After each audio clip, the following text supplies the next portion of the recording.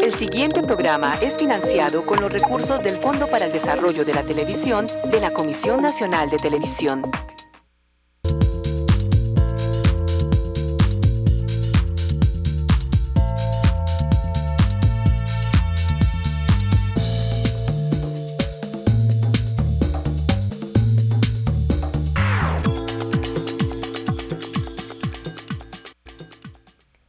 Muy buenas tardes, bienvenidos todos y todas a este espacio que es su red vital de información que los comunica y los conecta con todo lo que tiene que ver con la salud mental, física, de nuestros hijos, de los hermanos, papás, mamás, adultos mayores, todos aquellos que conforman la familia de hoy, y en este mes en particular queremos hacer una reflexión sobre los niños y las niñas a propósito de la fiesta de los niños y las niñas. Esta semana estuvimos hablando sobre autismo y hoy en particular nos interesa el tema del juego.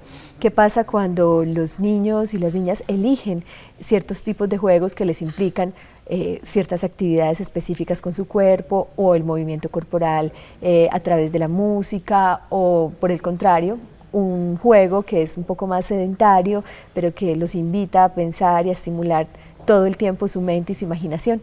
Vamos a estar hablando de qué relación existe entre el tipo de juego que realizan nuestros niños y niñas y el desarrollo psicomotriz infantil. Por eso hemos decidido ponerlos en red y poner en red una historia de vida de una familia y su hijo que nos comparten un poco este tipo de testimonios acerca del juego y la vida del niño. Veamos.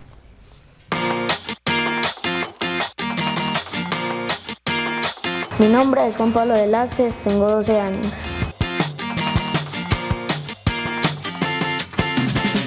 Nos enseñan como canciones y respetarnos el uno al otro, cuidando nuestro cuerpo, como posturas correctas y estiramientos, calentamientos que tenemos que hacer antes de hacer ejercicios. La temática que es como recoger y recordar a todos los juegos y todas las costumbres que tenían antes, que ya no se ven tanto. El chelele consiste como en colocar una botella, un sombrero y pasar el pie sobre él sin tumbarlo. Cada vez a mayor dificultad, más rápido.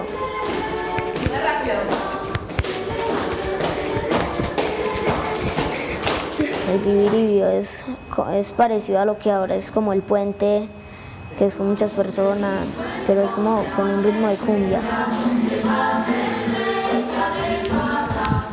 El pollito es como una canción que se va bailando y a medida que va aumentando se le va poniendo algo al pollito y cada vez queda más pesada, se va cayendo. Y el guarajira es un juego que se puede jugar de diferentes formas, que puede jugar de mano, también aumentando cada vez más la velocidad.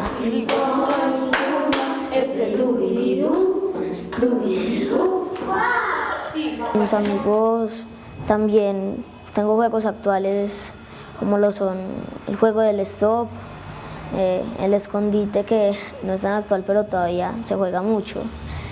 Y en internet, muchos juegos en internet. No sé, hay muchos juegos en la página de Facebook, en los que nos gusta jugar mucho, como no sé, el Pet Society, es con la mascota virtual. Y así, si uno tiene que adaptar mascotas virtuales, muchos juegos de eso.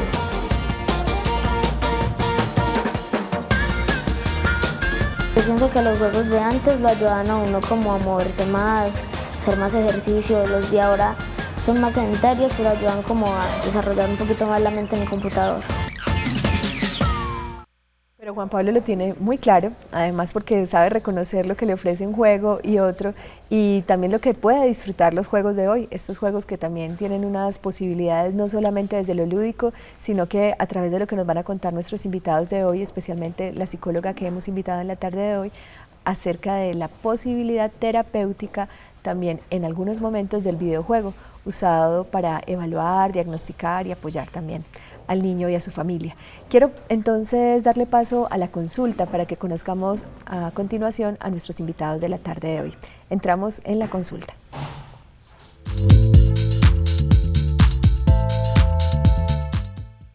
Y esta tarde nos acompaña Luisa Fernanda Hurtado. Luisa Fernanda, bienvenida, gracias por estar con nosotros. Eres, Luisa Fernanda, la coordinadora del área de formación de la Corporación Canchimalos y además docente.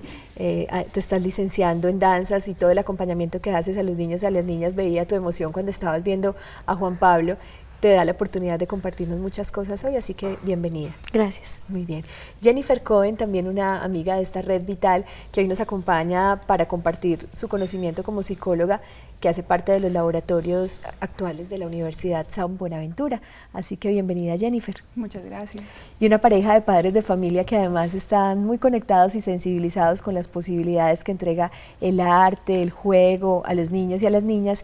Ellos son Constanza Aldana y su compañero Julio Castro. Bienvenidos a ambos, gracias por estar aquí. Muchas gracias. Muchas gracias. Muy bien, ustedes tienen además un niño de 3 años que es Jacobo Castro, a quien seguramente todo lo que han aprendido a lo largo de la vida en torno al arte, al juego, pues ustedes le están acompañando y apoyando.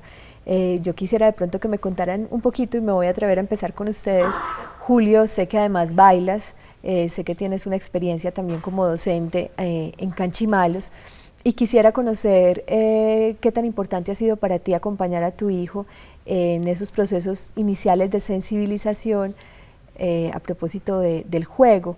¿Qué crees que debería empezar o te gustaría que jugara Jacobo para que fuera creciendo como persona? ¿Qué se imaginan los dos? Empiezo contigo, Julio, y después con Constanza.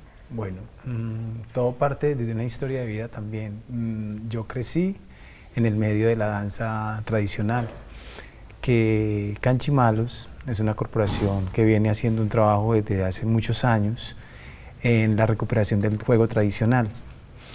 A través de esa historia vengo yo también creciendo, porque fui parte y estuve muy ligado con el maestro Oscar Baos, fundador de la corporación, y desde la experiencia se puede ver que el juego tradicional es algo que se viene perdiendo y es muy rico que se vuelva a recuperar como esa identidad para primero desarrollar esa motricidad y ese juego y esa autenticidad de lo que somos. Entonces yo hablaba con mi esposa y le decía, pues, ¿por qué no hacerlo con esa hermosura o esa persona que queremos? ¿Por qué no lo empezamos a hacer? Bueno, y desde esa idea empezamos como a hablarla y esa fue la idea de meterlo a la Corporación Canchimalos, que creo que es una de las fundaciones que productos como yo, que también soy parte de ese producto, han salido muy buenos bailarines. Y como yo veía que desde el juego y la lúdica es importante esa identificación, ¿por qué no hacerlo con mi hijo? Claro que sí. Y Jacobo, desde el vientre, es un ser que es muy estimulado desde el arte. Jacobo se puede aguantar en este momento una obra de danza contemporánea que es abstracta y para él es placentero ver cine, ver películas, ver danza, ver teatro. O sea, es un ser que desde el vientre viene ya estimulado. Entonces, ese es el objetivo de nosotros con Jacobo. Que desde lo que yo veo es que desde la educación empiece esa estimulación desde el arte. Vale, perfecto. Vamos a ver qué más nos pueden explicar nuestras invitadas a propósito del tema, del impacto que puede tener el movimiento consciente con la música, la estimulación a través del arte en estos niños y niñas. Jacobo tiene 3 añitos y, como dice Julio, desde el vientre, desde que estaba en tu vientre, Constanza, ya podías sentir tú que era importante esa estimulación. Hoy en día, cuando ves a Jacobo coger un objeto, cuando ves su motricidad fina, cuando ves su capacidad para atender un evento o una situación que pudiera demandar mucha atención para un niño pequeño, lo ves atento. ¿Qué tipo de cualidades reconoces en la motricidad, tanto fina como en la gruesa de tu hijo? Bueno, realmente Jacobo es un niño que tiene una sensibilidad extrema frente al arte. Mi esposo dice, y es verdad, desde el vientre él bailaba, porque a mí siempre me ha gustado pues la parte de la danza y yo lo hacía en embarazo. Entonces para Jacobo es muy común ver una función de danza, moverse. Él tiene un desarrollo psicomotriz muy elevado frente a otros niños de su misma edad, porque él tiene mucha facilidad para el movimiento fino, hace las cosas con mucha delicadeza cuando hay que hacerlas, también la hace con mucha fuerza. Una cosa que es muy importante en él es que él expresa lo que siente. Entonces llega a clase y llega así: estoy enojado, estoy bravo. ¿Por qué estás bravo? Porque estoy bravo, porque tengo sueño, ¿sí? Entonces ese tipo de cosas hacen que él libere toda esa energía que tiene, y sobre todo desde el juego es muy importante que el niño exprese. De hecho, a través del juego es que se expresa, y se dice: no se debe interrumpir al niño cuando esté jugando, porque el juego es una forma como se interrelaciona consigo mismo y con su entorno. Entonces, si además del juego hay lúdica, y además de la lúdica hay arte, entonces estamos creando una persona, un proyecto de vida muy viable, una persona muy funcional que va a tener muy buenos cimientos, bases. Exactamente, va a estar muy bien adaptado a la sociedad y a la interacción con otras personas. Yo quisiera escuchar también, muchas gracias Constanza, cuando escuchas a Constanza, cuando escuchas a Julio, cuando escuchas a los papás de Juan Pablo, ¿qué sientes, Luisa Fernanda, acerca de la labor que estás realizando? Y a propósito de algo de lo que no nos podemos abstraer o retirar, Julio decía que rico es retomar el juego tradicional, pero vemos que también, aunque en el entrenamiento y las propuestas que hace Canchimalos, los niños pueden recordar y recordar o traer lo que hacían nuestros papás o nuestros abuelos con esos juegos tradicionales, hay algo que está en la oferta cotidiana de ellos, y es la televisión, es el videojuego. ¿Cómo ustedes integran ambos aspectos para que el niño sienta que está bien jugar, que está bien divertirse, que no hay juegos malos o juegos buenos, sino que puedan hacerlo?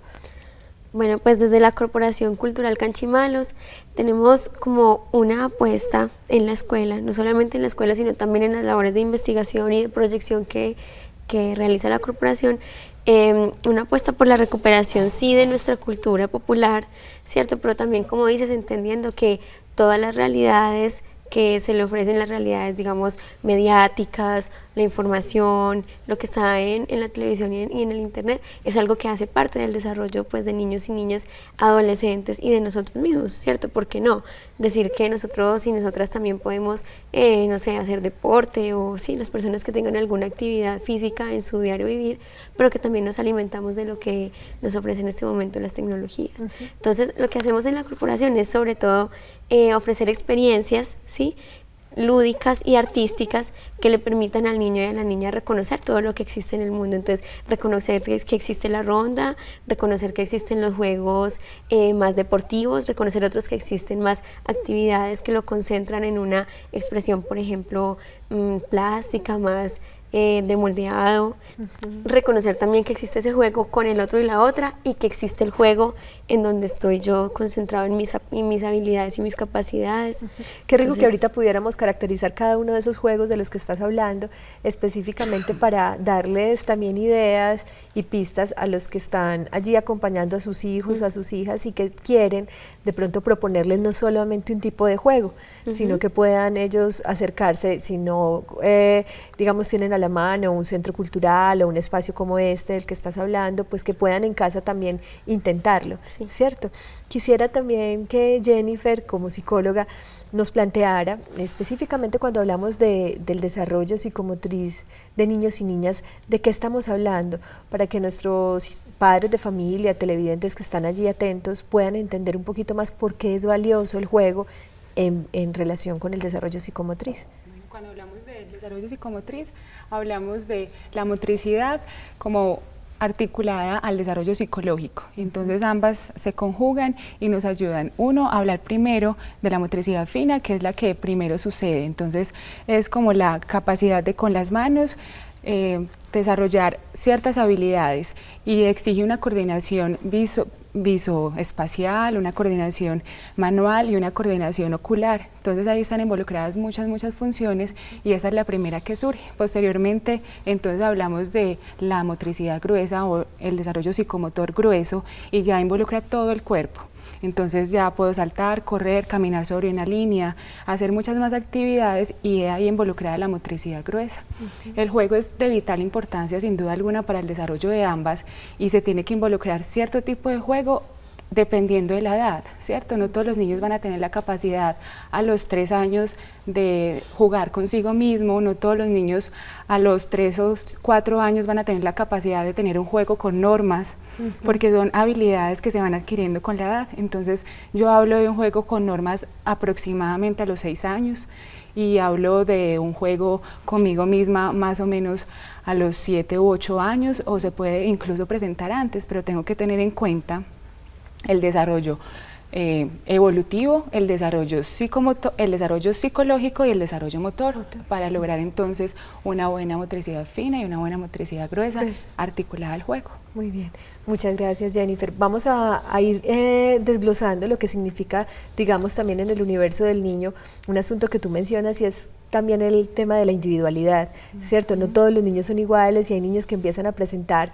o un desarrollo más temprano o empiezan a tener un desarrollo más tardío, pero eso no necesariamente implica ponerlos en parámetros de la normalidad o la anormalidad. Qué bueno que entremos en unos momentos a detallar esto, porque los papás pueden sentirse interesados, a veces por diagnosticar muy rápidamente, quiero saber si mi niño es hábil o no, quiero saber si está bien, si está aprendiendo bien, o muchas veces sobreestimularlos también. Vamos a estar hablando de esto. Por esto también estamos a través de nuestra página en internet www.teleantioquia.com.co para que a través de nuestro chat puedas conectarte, hacer tus preguntas, tus inquietudes. Entras a nuestra página y vas a en vivo, y ahí en vivo puedes sencillamente darnos tu nombre, tu opinión, y a partir de ese instante estar conectado con nosotros para que aquí también nuestros invitados nos permitan acompañarte. También les recordamos la encuesta que tenemos en el día de hoy. La encuesta que tenemos hoy es: ¿cuál crees que es el principal impacto de los videojuegos en los niños de hoy? A, los hace sedentarios. B, potencia sus destrezas intelectuales. C, les resta habilidades para el contacto con otros y el movimiento corporal. D, facilitan la imaginación. Están allí las opciones, son diversas opciones. Queremos saber qué es lo que estás pensando tú como adulto, como hermano, incluso como joven o como niño, que puedas estar ahí conectado con nosotros y quieras opinar. Vamos a hacer una pausa para unos mensajes comerciales y ya regresamos para que sigamos conectados con la vida hoy, con la vida de los niños y las niñas.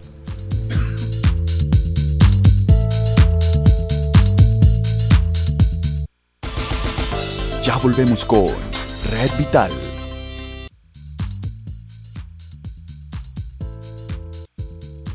Y a propósito de los niños y las niñas, queremos contarles que Teleantioquia extiende su franja infantil durante la semana con la presencia de 3, 2, 1, Vamos, la producción original de Discovery Kids que reúne a algunos de los personajes más queridos del mundo imborrable de Plaza Sésamo. Les quiero contar que muy pronto lo pueden esperar de lunes a viernes a las 4:30 de la tarde por nuestro canal. Y a propósito del juego y a propósito de los títeres y a propósito de todo aquello que le permite a los niños y a las niñas sentirse bien, imaginar, idearse nuevas formas de imaginarse el día siguiente, el momento presente, sentir placer.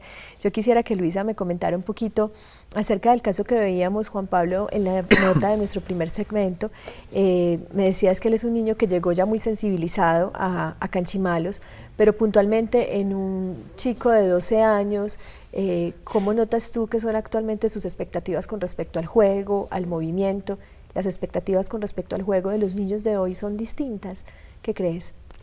Pues realmente Juan Pablo no sé si haya tenido, digamos, un proceso ya como de sensibilización al arte propiamente acá en la corporación, sino que lo que yo vi desde el principio es que él llegó con unas habilidades ya motrices y digamos rítmicas también, de memoria coreográfica ya elaboradas, ¿cierto? Como con muchos elementos incorporados. Entonces a partir de eso su experiencia de acercamiento ya a los juegos y a las prácticas tradicionales ha sido, digamos, un poco más rápida que el de otros adolescentes que entraron al mismo tiempo que él. También con Juan Pablo lo que tenemos es como un reconocimiento o ya una identidad de pronto de pertenencia a la corporación y a las apuestas, pues digamos, por la cultura popular. O sea, Juan Pablo lo que nos ha demostrado es que en la corporación uno se puede enamorar, ¿cierto?, de las prácticas, enamorarse de ciertas experiencias y de ciertas como opciones de vida que se van tejiendo también entre los docentes, entre los mismos integrantes de los talleres. Entonces ha sido más como el proceso de identificarse como con el hacer de la corporación misma. Ese es el caso de Juan Pablo. De pronto cuando miras el contexto más amplio de los niños, de aquellos que se acercan de pronto con sus padres porque quieren hacer algo en el tiempo libre, ¿qué tipo de expectativas ves en ellos, en los niños y en los papás cuando dicen vamos a hacer algo a través del juego a ver si este niño se calma o a ver si deja la timidez o a ver si habla un poquito? Los papás y las mamás tienen ciertas expectativas sobre sus hijos y los niños y las niñas tienen unas expectativas también particulares. ¿Qué tipo de cosas sientes que están buscando hoy día cuando piensan en lo lúdico? Pues digamos que hay, así como hablábamos de que cada persona tiene, ¿cierto?, unos desarrollos y que es diferente, también las expectativas pues son respecto a los niños y las niñas. Algunos, por ejemplo, se nos han acercado a la corporación, digamos, por recomendación, por ejemplo, para niños que tienen autismo leve, ¿cierto?, como para decir, bueno, a los niños y las niñas nos recomiendan que estén, digamos, acompañados de sus pares en edad, o algunos simplemente porque ya conocen el trabajo de la corporación y dicen, bueno, me interesa que mi niño también esté en relación con otros y otras, que se mueva, que juegue, que aprenda otras posibilidades. Bueno, algunos realmente porque por convocatoria, digamos, han asistido a alguna de las expresiones o a alguna de las funciones y viendo el trabajo escénico también se devela como lo que se hace en las clases. Entonces, de ahí nace también otro tipo de interés, ¿cierto? También el interés de los niños y las niñas cuando ya tienen las primeras clases y se acercan pues como a las actividades, es porque quedan un poco como antojados de seguir con más. O sea, digamos que, por ejemplo, en el taller de artes integradas se trabaja en un solo encuentro varias expresiones artísticas, es decir, que ellos tienen contacto con la danza, con las manualidades, con el arte plástico, con la expresión teatral en un solo encuentro. Entonces, cuando se les da como de varios lenguajes al mismo tiempo, ¿cierto?, se quedan también con la expectativa de volver a probar esos lenguajes en otros encuentros. Muy bien, pues esa diversidad de lenguajes, quiero conocer de pronto, Jennifer, desde la psicología como tal, ¿qué tipo de habilidades comunicativas están ligadas, por ejemplo, al desarrollo psicomotriz? Finalmente lo que comunica el cuerpo, lo que comunica el movimiento, lo que el cerebro ya está en capacidad de hacer, me imagino, tiene que ver con la capacidad también de entrar en comunicación con el otro. Pero, ¿qué podríamos decirle a nuestros televidentes en cuanto a esa relación? Si a un niño no se le estimula el tema de la motricidad, por ejemplo, ¿qué pasa con sus procesos de comunicación? El ambiente juega un papel determinante en el desarrollo del niño en general. Y el ambiente a través de un lenguaje adecuado es de vital importancia para ellos. Es por eso entonces que debemos de entrar a... Qué penas. Tranquila. No te me preocupes. perdí. No, tranquila. Lo que estabas diciendo con respecto al ambiente de pronto tiene que ver directamente con este tema de qué pasa cuando un niño, en el ambiente en el que esté, en el escolar, en el familiar o en una clase cualquiera, no se le estimula lo suficiente la motricidad para ¿qué pasa con su comunicación? La relación motricidad y comunicación, ¿qué pasa si en sus ambientes cotidianos los niños no están recibiendo ningún tipo de estimulación a nivel de la motricidad fina, gruesa? ¿Qué pasa entonces con su comunicación también con los otros y con las otras? Ok. Se puede ver atrofiada el tipo de comunicación que el niño desarrolle con el otro. La socialización se da a través del juego, sin duda alguna con sus pares y con personas más grandes que le pongan retos y le pongan nuevos juegos y los ayuden a descubrir día a día cosas. Si el niño no tiene una adecuada comunicación de acerca de qué es ese juego que le están nombrando y que le están diciendo, si él no tiene la capacidad de crearse esa imagen mental en su cerebrito y en su cabecita acerca del concepto que me están transmitiendo, su comunicación se puede ver afectada, porque lo primero que yo tengo que hacer para desarrollar mi comunicación es interiorizar ese concepto. Después llevarlo hacia afuera para yo tratar de entablar contacto con los demás. Entonces, por ello es que si no se da una adecuada comunicación y esa comunicación se articula el juego, posiblemente el niño no vaya a tener un adecuado desarrollo ni desde el juego ni de otras funciones superiores que están después de yo haber adquirido una buena motricidad fina, gruesa, ir subiendo y avanzando como en aspectos que son de vital importancia, reitero, para el desarrollo. Para el desarrollo. Ahí Luisa Fernanda, lo que está diciendo Jennifer es importante, y voy ahorita con nuestros padres de familia invitados, porque si yo no estoy siendo claro en la instrucción, a veces jugar es también todo un reto para el adulto, y si el que se sienta a jugar con el niño no logra ser del todo claro, digamos también persuasivo, con esa amorosa seducción del que se preocupa por ese niño, que quiere que juegue de verdad, que quiere que entienda. ¿Qué pasa entonces con lo que él está entendiendo que es jugar? Si no se le comunica adecuadamente el juego, el niño finalmente se desconecta. ¿Cuál es el reto ahí? O puede desconectarse, o más bien él mismo empezar a inventar su propio juego, ¿cierto? Ajá. Que también es una cosa que uno sabe leer, y también, por ejemplo, poderse insertar, sí, como facilitador del encuentro, poderse insertar en lo que el niño o la niña está proponiendo, porque muchas veces también es una proposición colectiva de juego, ¿cierto? Que 5 niños están jugando a lo mismo, entonces uno como sabe canalizar, digamos, eso que se están inventando para poder, digamos, o retomar el camino de lo que se llevaba, o bien insertarse pues en esas propuestas mismas de ellos y ellas. Ajá. Es más fácil cuando damos instrucciones sencillas a los niños para un juego, cuando les ponemos a inventar sobre una imagen. ¿Cuál creen ustedes, por ejemplo, en el caso de la edad que tiene su hijo Jacobo, que suele ser más eficiente a la hora de invitarlo a jugar? Para aquellos que tienen hijos entre los 3, los 5 años, un poco, digamos, el margen de edad en el que está Jacobo ahora, ¿cómo ustedes lo seducen, lo invitan a jugar? ¿Qué es lo más eficaz allí? Constanza y luego Julio. Mira, lo más eficaz es que él cree el juego. ¿A qué quieres jugar? ¿A qué vamos a jugar? A mí me ha funcionado mucho con Jacobo cuando debemos hacer algo que de pronto no es lo que más le guste, entonces yo se lo pongo como si fuéramos a jugar. Bueno, listo, tú te vas a tomar la sopa porque vas a ser un piloto, y entonces ¿cómo es que vas a manejar el avión? Entonces él empieza a manejarlo, pero los pilotos tienen que comer, entonces empezamos a jugar que él es un piloto, que se tiene que alimentar. Sí, muchos de esos juegos tienden a estar ligados en estas edades a la necesidad de que ellos vayan incorporando ciertos comportamientos o rutinas, como comer, como dormir. Eso es importante para el papá y la mamá, idearse algo. El juego está allí también. Sí, claro que es muy importante. De hecho, yo te digo, a mí me funciona mucho más que decir a la cama. Tienes que descansar. Que tiene que haber un disfrute en casi todas las acciones que realizan los niños y las niñas, y no solamente para pensarlo en ellos y ellas, sino en uno también como persona. O sea, si hay un disfrute, un goce, una satisfacción en todas las actividades que uno realiza, ¿cierto? Es lo mismo que se puede sentir como con los niños y las niñas. Ellos nos enseñan a esto, Julio, a imaginarnos situaciones a propósito de lo cotidiano. Cuando miras a un papá o una mamá que se está sintiendo en dificultades, encartado, como decimos nosotros, con una situación puntual, con un hábito, con algo que el niño no quiere hacer, el juego entonces para ti como padre ha funcionado. ¿Qué propones en torno al juego también en la relación juego-educación? A ver, a mí me encanta jugar, y una de las cosas que hay en el juego es el cambio del rol.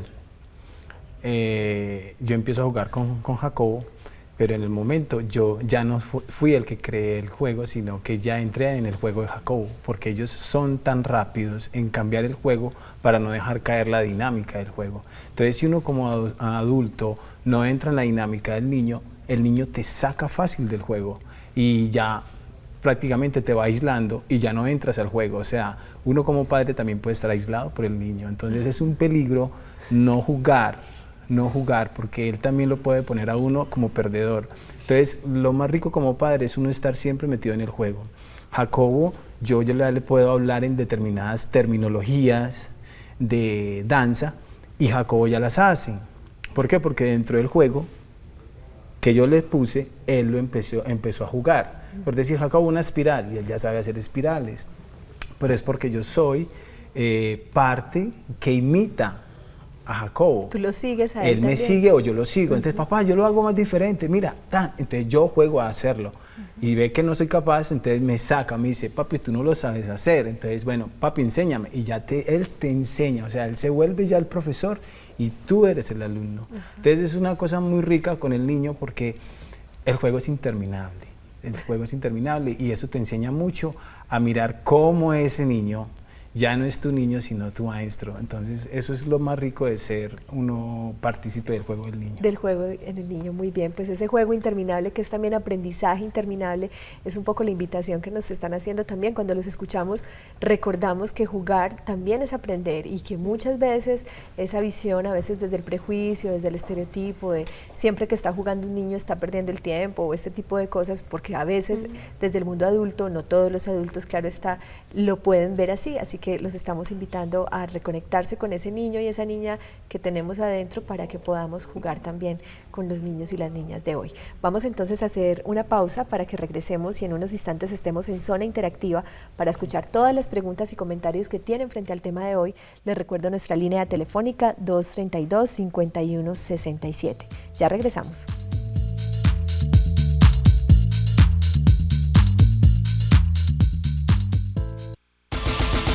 Ya volvemos con Red Vital.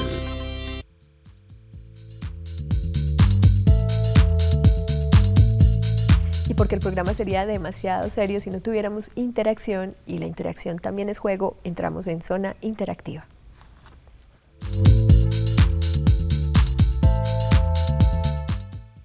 Y tenemos a Zuli Osorio en el chat planteándonos una pregunta bien interesante. Ella es docente de aceleración del aprendizaje y se pregunta acerca de las pistas que ustedes les pueden dar a ella como docente, específicamente cuando se trata de utilizar el juego para incorporar la norma. ¿Qué tan importante es el juego a la hora de que el niño aprenda de los límites, del orden, en la relación con los otros, con la autoridad? ¿Y qué nos pueden decir ustedes, especialmente porque ella tiene una inquietud frente a los niños que tienen un trastorno de déficit de atención con hiperactividad? Entonces, ¿qué podemos decir? De pronto, Jennifer, cuéntanos un poquito acerca de esto, que has notado también en el laboratorio de psicología, la relación juego-incorporación de la norma. Perfecto. Desde el juego es el primer encuentro que el niño tiene con la norma. Entonces se establecen desde parámetros sencillos para orientar el juego. No puedes cruzar la línea azul, vamos a contar hasta 3, y esa es una norma que va a regir el juego. El juego nos orienta a saber la importancia de la norma. El niño logra saber que es importante eso para lograr un objetivo en común que va a ser ganar o ayudar a su equipo a llevarlo a un triunfo. Entonces, no hiciste trampa, eso no nos va a ayudar a ganar. Recuerda que no puedes saltar la baldosa verde, y eso son normas. El niño va desde ahí aprendiendo la importancia de eso para lograr objetivos y para lograr respeto y para lograr objetivos también no solo individuales sino en común.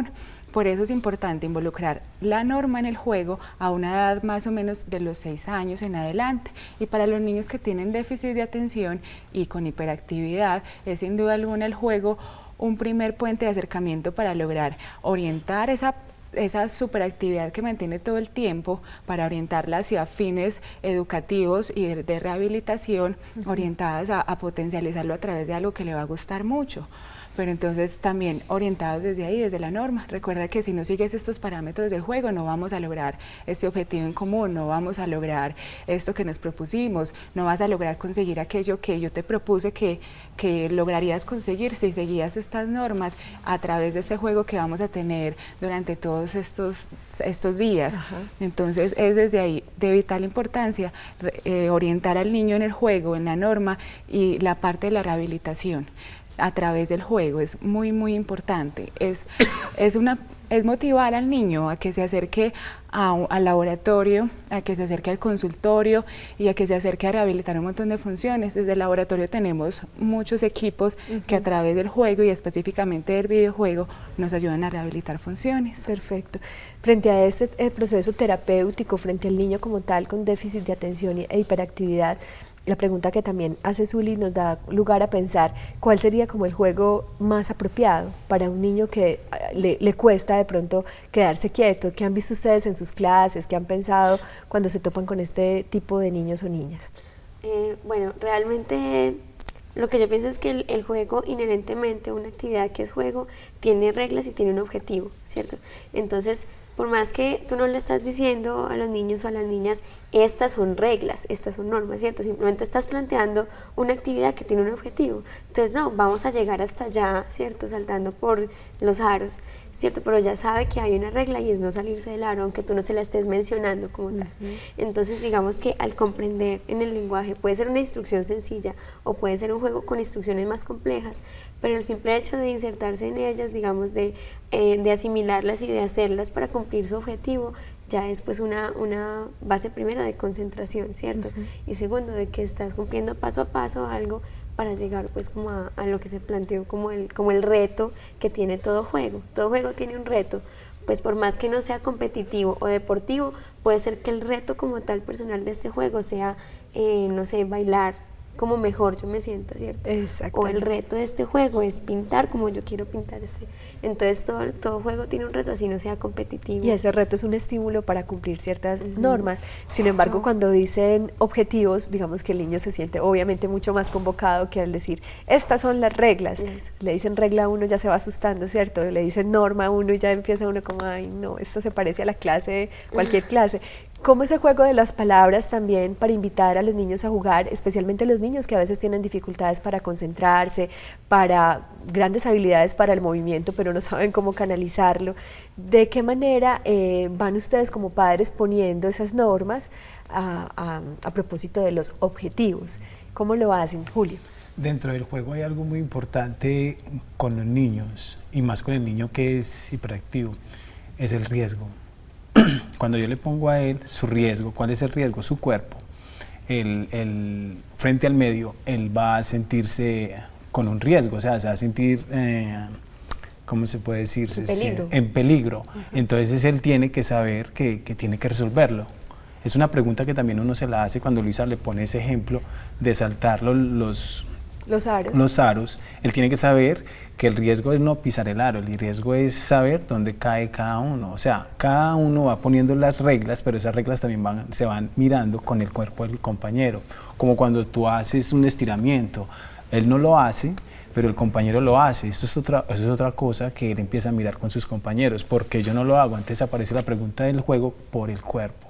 Por el cuerpo. Y ellos empiezan a estimularse el cuerpo con o sea, la competencia entre el cuerpo de él con el otro. Entonces vamos a rodar, no es capaz de rodar, pero entonces empieza a jugar, observando para poder lanzarse a hacer el rodar. De ahí la importancia del juego con el otro. Con el otro. Porque te permite tener un espejo. Y te permite aprender del otro. A propósito de esto, tenías un dato para comentarnos acerca de los videojuegos y la pregunta que hacíamos hoy en nuestra encuesta, que habías estado leyendo y habías encontrado que hoy en día los juegos suelen tener también otras características que faciliten esto, de pronto por lo menos en contacto con el cuerpo. Sí, yo vengo haciendo un trabajo de investigación de la universidad que pues ahorita también me gradúo, sobre las normas que la tecnología o los estados están buscando a través del juego con los jóvenes.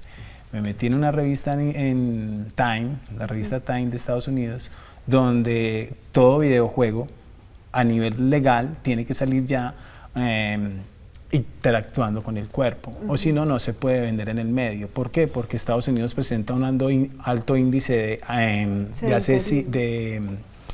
de suicidios y de obesidad. Entonces, ¿cuál es lo que buscan? Que estos juegos interactivos sean más corporales para evitar todos estos problemas que se está presentando en la población. Perfecto, Jennifer. Adelante. Yo aportaría de algo, y es que la regla y la norma no tiene que tener una connotación negativa. Tenemos que ayudarle al niño a través del juego, y qué mejor escenario que ese, a decirle es que eso es propicio, te ayuda a socializar, te ayuda a conseguir objetivos y nos ayuda a todos a jugar en un ambiente equilibrado y en un buen ambiente. A sentirte protegido. Claro está. Entonces, qué bueno también involucrarle de pronto estas palabras sin esa connotación negativa que entonces solemos darle.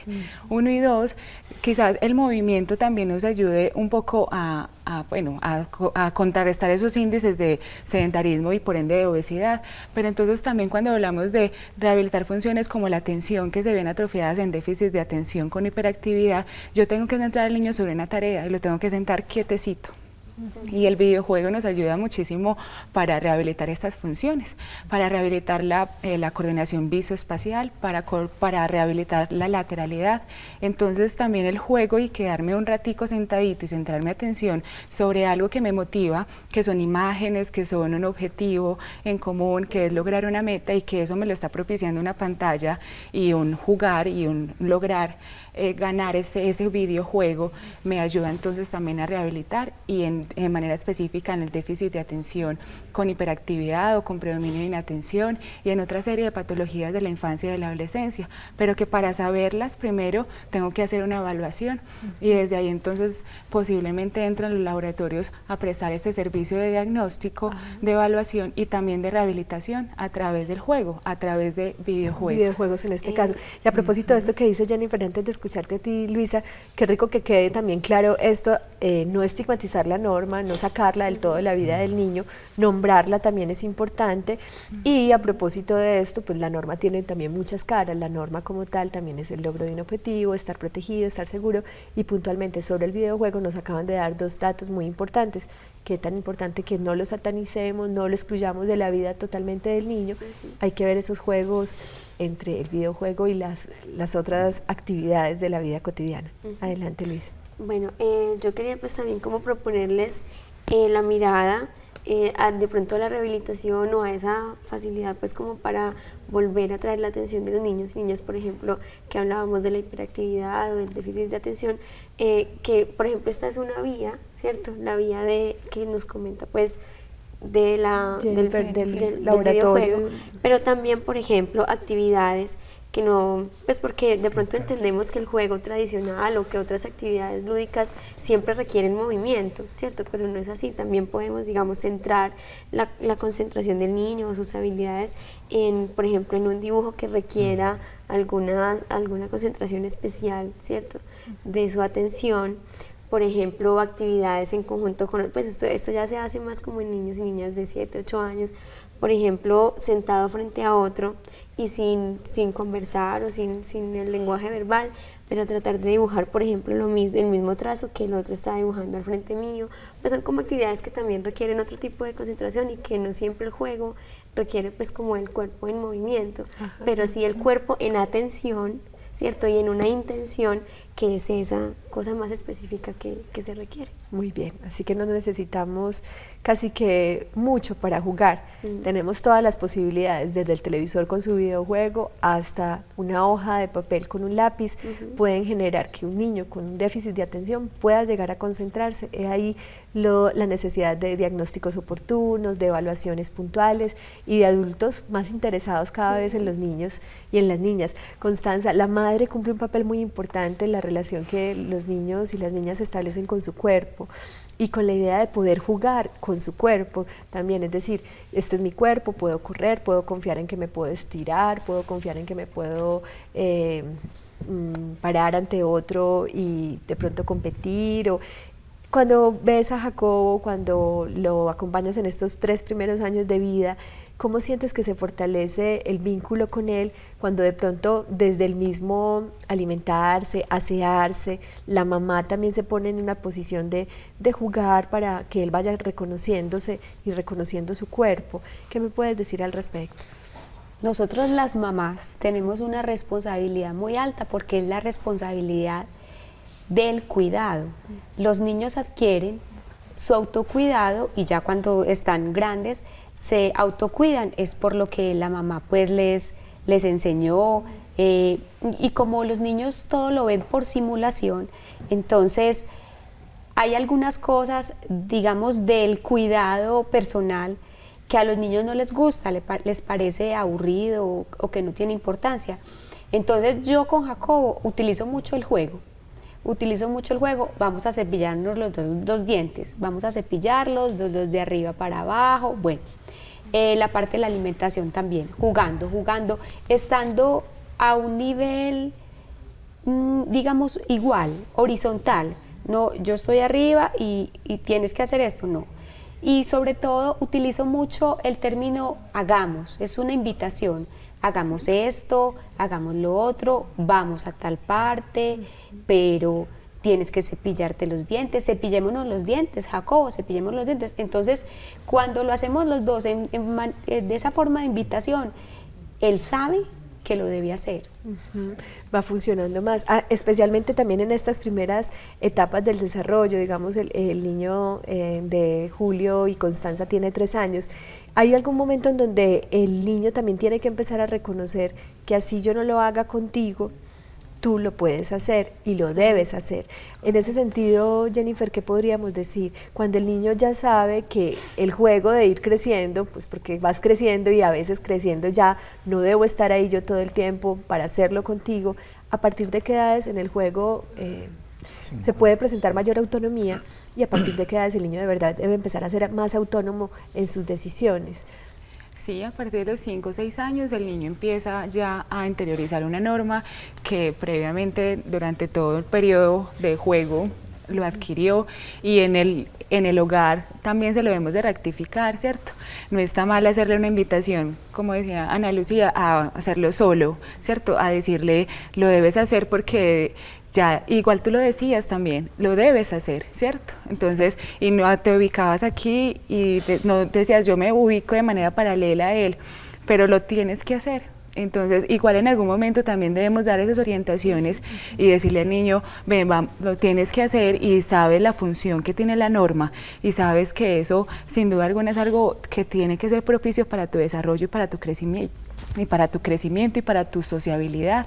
Entonces es también esa invitación a decirle, debes, en una edad propicia, debes aprovechar esos espacios para desde ahora decirle, no todo lo puedo hacer yo contigo, hay oportunidades donde tú tienes que hacerlo solo, donde tienes que hacerlo porque es la mejor manera de hacerlo, y yo como mamá te estoy orientando desde ahí, ¿cierto? A darle esas orientaciones, esas pautas, y también invitarlo a que reconozca límites, y eso lo podemos hacer previo al juego, en la edad que está Jacobo, pero ya también reforzarlo en una edad más adulta, 6, 7 años, y ayudarle entonces a que tenga un adecuado cumplimiento y desarrollo. Ajá. Julio, el papel del padre también, y bueno, sabemos que en nuestros hogares está papá, está mamá, a veces no están, a veces está solo la madre, en ocasiones también puede estar solo un padre. Sin embargo, en cuanto a la norma y esto que estamos hablando, la autoridad, la capacidad para sentirme fuerte, seguro, el papá o cualquier otra figura adulta que pueda a veces acompañar como docente en un área dedicada a la danza, ¿qué has sentido tú que es importante en esa relación con las figuras masculinas, ¿cierto? ¿Tú cómo lo has sentido desde tu intuición como padre, que los niños requieren de esas figuras también de autoridad para que se sientan más seguros? ¿Qué has notado tú? Es muy importante ambos roles, mamá, papá, por eso se llama familia, porque es una educación colectiva.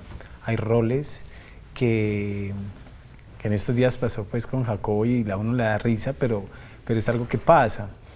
Ve a la mamá maquillarse y a Jacobo le encanta maquillarse, pero entonces empieza a preguntar, pero ¿por qué mamá se maquilla y yo no me maquillo?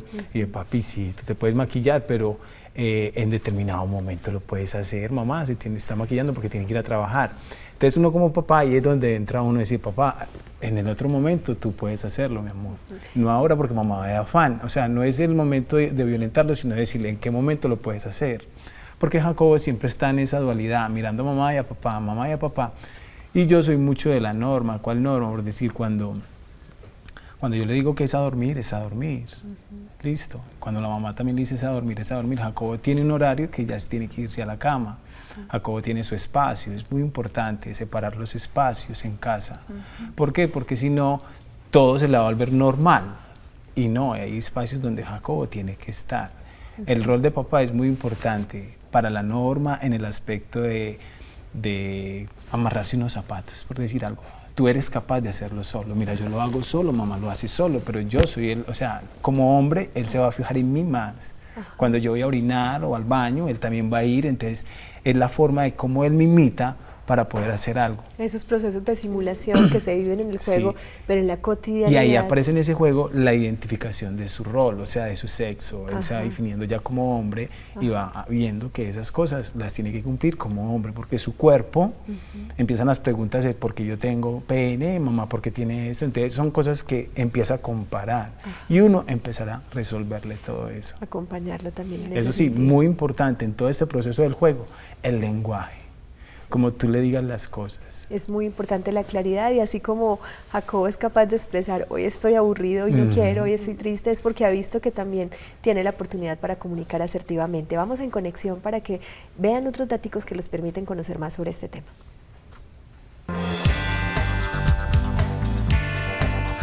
Para esta semana te recomendamos leer el libro Psicología del Desarrollo, Infancia y Adolescencia.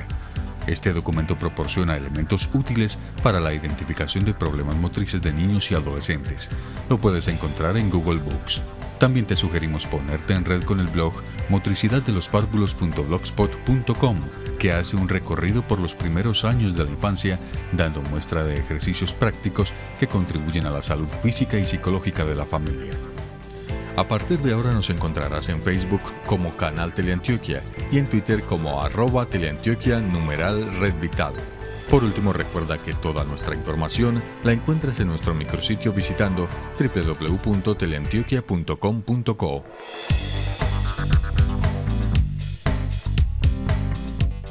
El tiempo es breve en televisión, pero la vida por lo menos se nos hace más larga y más si jugamos y la disfrutamos. Les cuento que el resultado de nuestra encuesta, el 52% considera que los videojuegos hacen más sedentarios a los chicos, el 24% considera que potencia sus destrezas intelectuales, el 20% que les resta habilidades un poco para el contacto con los otros y el movimiento corporal. Otros también consideran un 4% que facilita la imaginación. Esto está un poco repartido y hoy hemos recibido un dato especial, que si se usa de forma terapéutica con un propósito de rehabilitación, el videojuego también puede ocupar un lugar importante en la vida de los niños, siempre y cuando este equilibrio entre el movimiento, el encuentro con el otro también se dé. Muchas gracias a Canchimalos, a la Universidad San Buenaventura también que hizo presencia aquí hoy, y un aplauso para todos porque se atrevieron a tocar este tema y a jugar y a seguir jugando con sus niños. Muchas gracias. Gracias.